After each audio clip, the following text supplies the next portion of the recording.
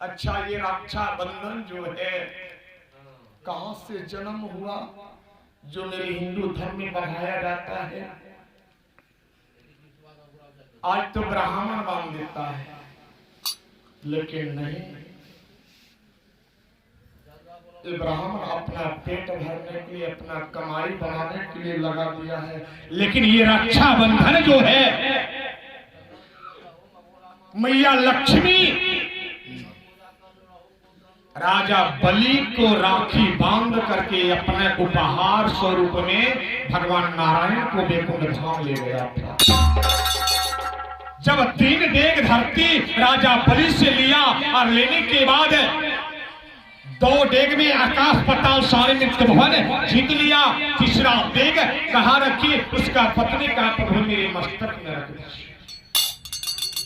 तो बोला बलि अब तो तुम्हारा ये राज नहीं रह गया। बोला कहां जाना होगा प्रभु, कहां रहेंगे? बोला तुम सुतल लोक का राजा बन जाओ, पाताल की राजा, सुतल लोक की राजा तुम बन जाओ। बोला प्रभु वहां तो रहेंगे, लेकिन मेरा एक निवेदन है। बोला क्या?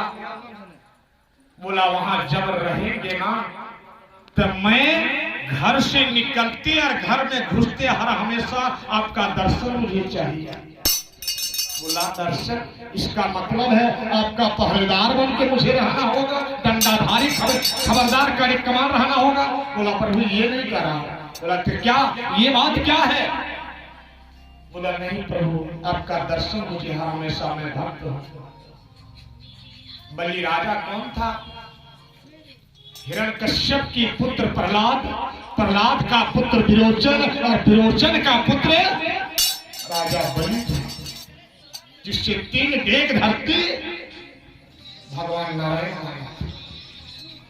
बोला ठीक है, मैं आपका दंडाधारी बन के रह गया, सुतल लोक की राजा बलि बन गए, भगवान नारायण पहरेदारी करने लगे। भला नारायण की बिना लक्ष्मी कैसे रहेगी?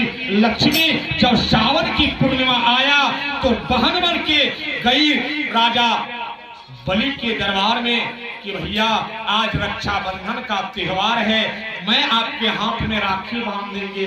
तो राजा बलि के हाथ में जब राखी बंधन किया तो बोला बहन तुम बहन बन के अगर आई है तो मुझसे बताइए तुमको क्या चाहिए?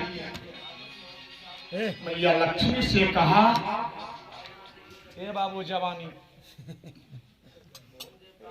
ये जवानी हमारे निमक चले सबके से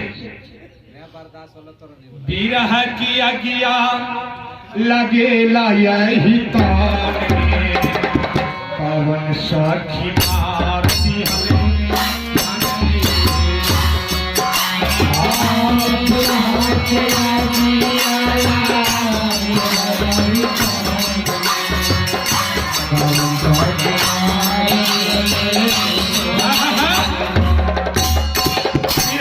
जवानी होता है, ये जवानी की आग संभालना सबकी बस की बात नहीं है।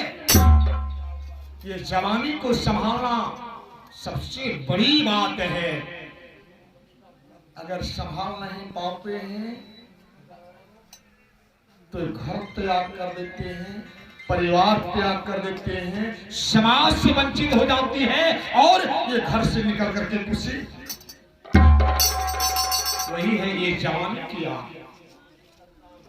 राजा बलि के हाथ में जब बांधा तो बोला बहन मांगो तुम क्या चाहते हो? बोला बलिराज मैं जो मांगेंगे वो दीजिएगा। बोला अवश्य देंगे, मांग लीजिए तुम क्या चाहते हो, तू तो मेरी बहन है, अगर बहन को भाई नहीं दिया तो देगा संसार में कौन? मांगो मांगो लक्ष्मी तुम क्या चाहती है? बोला भैया अगर देना चाहते हो तो जो आपके पहरेदार है ना वही मुझे चाहिए। पहरेदार कौन था? भगवान नारायण। भगवान नारायण दंडाधारी बन के रहा था, तो नारायण को मांग लिया और चल गया वैकुंठ धाम। तो बहने को राखी बांधने के सगे भाई की यादगार आती है।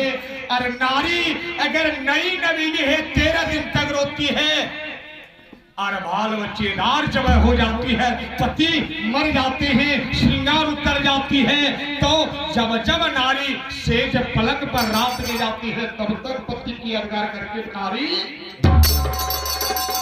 नारी वही मर जाए जो परपुरुष के सामने विधवा नहीं।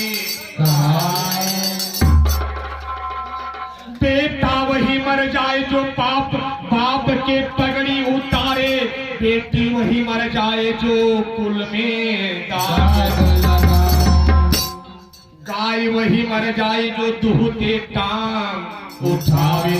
ऐसा चार जीव को मर जाना अच्छी बात है, जीवित रहना अच्छी बात नहीं। जिस नारी की मांग की सिंदूर उजड़ गई, उसका गरुड़ पुराण में लिखा है स्वपिंडीकरण नहीं होना चाहिए, लेकिन ब्राह्मण यहाँ करवा देता है। घरों बना करा दे काहे लोक लाज खातिर। अरे तर मैया मर गेलो सब पिंडी करे पुराण में यहाँ तक दिया है महाराज कि एकादश का कर्म का दान करके छोड़ दीजिए, उसका स्वपिंडीकरण नहीं होना चाहिए। सिर्फ अगर पति मर गया है तो दूध से हाथ धवा दीजिए, चौक चढ़ाना पगड़ी बंधन करा दीजिए, पिंडदान नहीं लिखा है। स्वपिंडीकरण जो भी हो रहा है ना, ये पिंड नहीं लिखा है गरुड़ पुराण में। मर गया, उत्तरा रखना खटिया, राम नाम की चादर ओढ़ाया, चार परिवार नहीं गांव घर का लोग समाज एकत्रित होकर के ले जाके चिता संस्कार करने के लिए चला।